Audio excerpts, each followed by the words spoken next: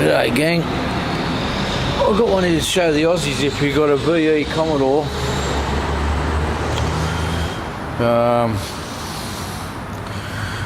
I've had to replace the fuel pump in it. Let's turn that screen around. There's the fuel pump. This is a dual fuel car. When it starts on the petrol and then it flicks over to gas automatically. But it won't start if you haven't got fuel pressure, so his old pump gave up the ghost. There's two senders. I guess there's a sender here, a sender here.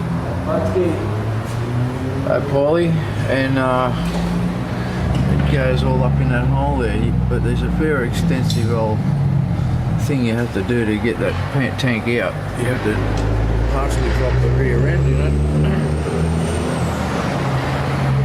And pull most of the bottom covers off. The handbrake cable's another one that gets in the way. As you can see, it's like a saddle. Anyway.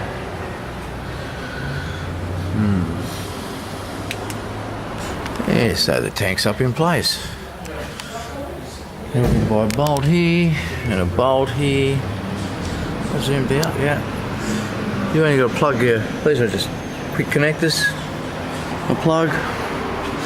You look, see how far it goes up under the diff there. You do have, if I can show you, in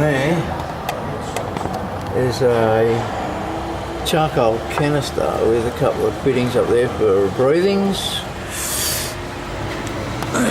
You can see the bolt up the top there, up there. Somewhere. There you go, up in there. There's the bolt. Holds that strap. Handbrake cables. They come up to here. I've got to attach them to that gadget. And then I can start putting all the shields and stuff back on. Oh, got to bolt the cradle up first, and then I can put all the shields and stuff back on. Start attaching all the gadgets. How much fun is that? Okay, so now the tank's up. Before we actually bolt the rear end back in properly, it's a good time to put the breather and the filler neck back on. That's just a hose for the filler, that's the bigger one, and the other one's the breather. It goes up here and back up to the filler at the top, so that's stops it from back spewing on you. So we'll do that now because you can't physically get up there later and get your hand in anywhere, whereas at the moment I can actually get my hand up there, so I'm going to get that taken care of now. So there they are,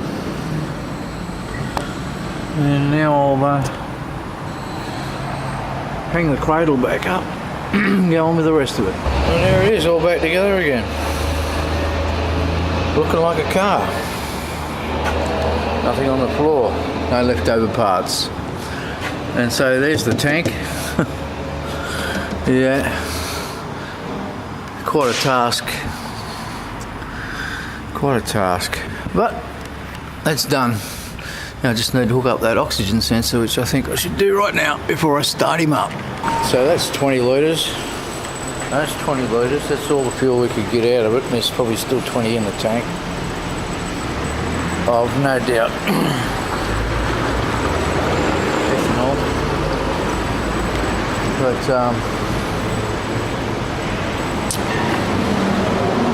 what was I going to tell you with this? I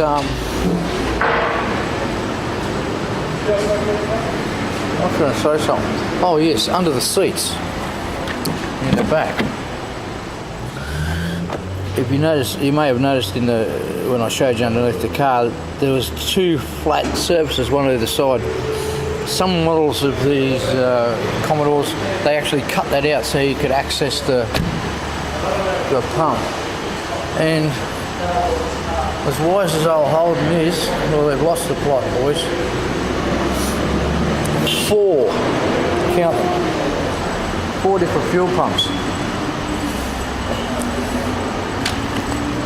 That's the Delphi. This one, that's AFI.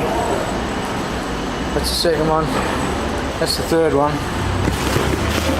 And that's the one that fitted this car. So,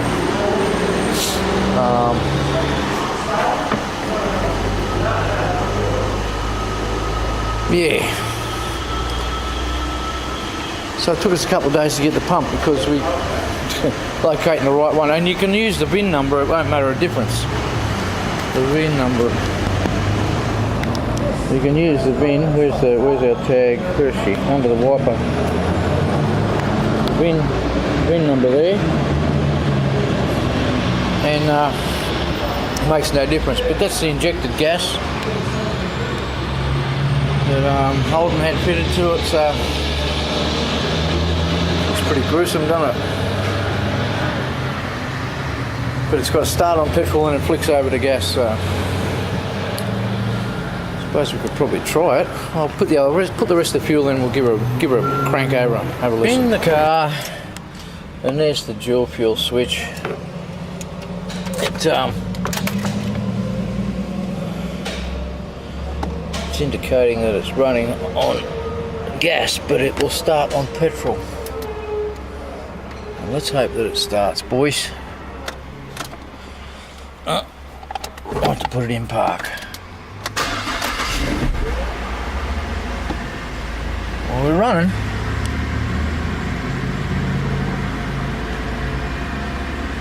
That's a good sign. It started up nicely.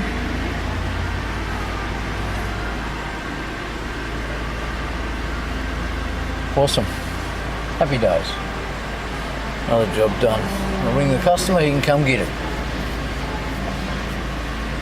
Have yourselves a good one. Cheers.